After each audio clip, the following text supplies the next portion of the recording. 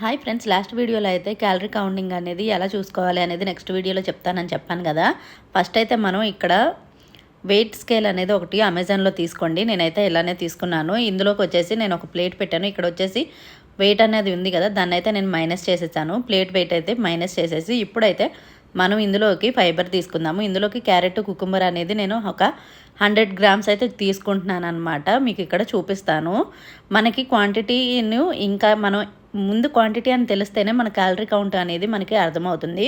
ఇక్కడ నేనైతే ఫైబర్ కోసం 100 గ్రామ్స్ అయితే ఫైబర్ తీసుకుంటున్నాను. నెక్స్ట్ వచ్చేసి రైస్ అవి పెట్టుకుందాము. ఇక్కడ ప్లేట్ వచ్చేసేసి 178 గ్రాములు ఉంది కదా, దీన్ని కూడా మైనస్ చేసేద్దాము. ఇప్పుడైతే ప్లేట్ వెయిట్ అనేది మైనస్ చేస్తాం కాబట్టి ఒక 100 గ్రామ్స్ అనేది రైస్ అయితే నేను ఇక్కడ తీసుకుంటాను.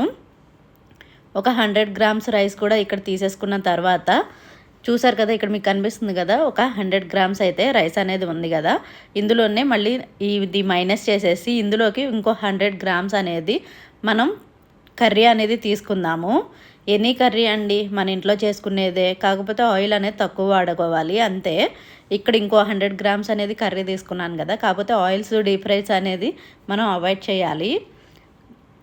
క్వాంటిటీ అయితే ఇప్పుడు కర్రీని కూడా మైనస్ చేసేసి ఇంకా పప్పు తీసుకుంటున్నాను. పప్పు కూడా వచ్చేసి ఒక 100 గ్రామ్స్ అయితే నేను ఇక్కడ తీసుకుంటున్నాను. ప్రోటీన్ అండి పప్పు అనేది. ఇక్కడ చూసారు కదా, మీకు అర్థమవుతుంది, నేను ఎంతో ఈజీగా అర్థమవుతుందని చెప్పేసి ఇలా చెప్తున్నాను, లేకపోతే వీడియో అనేది పెద్దదైపోతుంది. ఇక్కడ ఒక 100 గ్రామ్స్ అయితే పప్పును కూడా తీసుకున్నాను. ఇప్పుడు ఈ మొత్తం వెయిట్ అనేది మనం క్యాలిక్యులేట్ చేసుకోవాలండి. క్యాలిక్యులేట్ చేసుకుంటే దేనికి ఇప్పుడు 100 గ్రామ్స్ 100 గ్రామ్స్ 100 గ్రామ్స్ అని వచ్చింది కదా, ఇదంతా మనం క్యాలరీస్ అనేది ఎలా చూస్ చేసుకోవాలో నేను నెక్స్ట్ వీడియోలో అనేది చెప్తాను. ఎందుకంటే అది వేరే యాప్లో అనేది నేను చేసుకుంటాను అనమాట. అది కూడా మీకు తీసి చూపిస్తాను. ఇంకా 2 ఎగ్ బైట్స్ కూడా తీసుకున్నాను.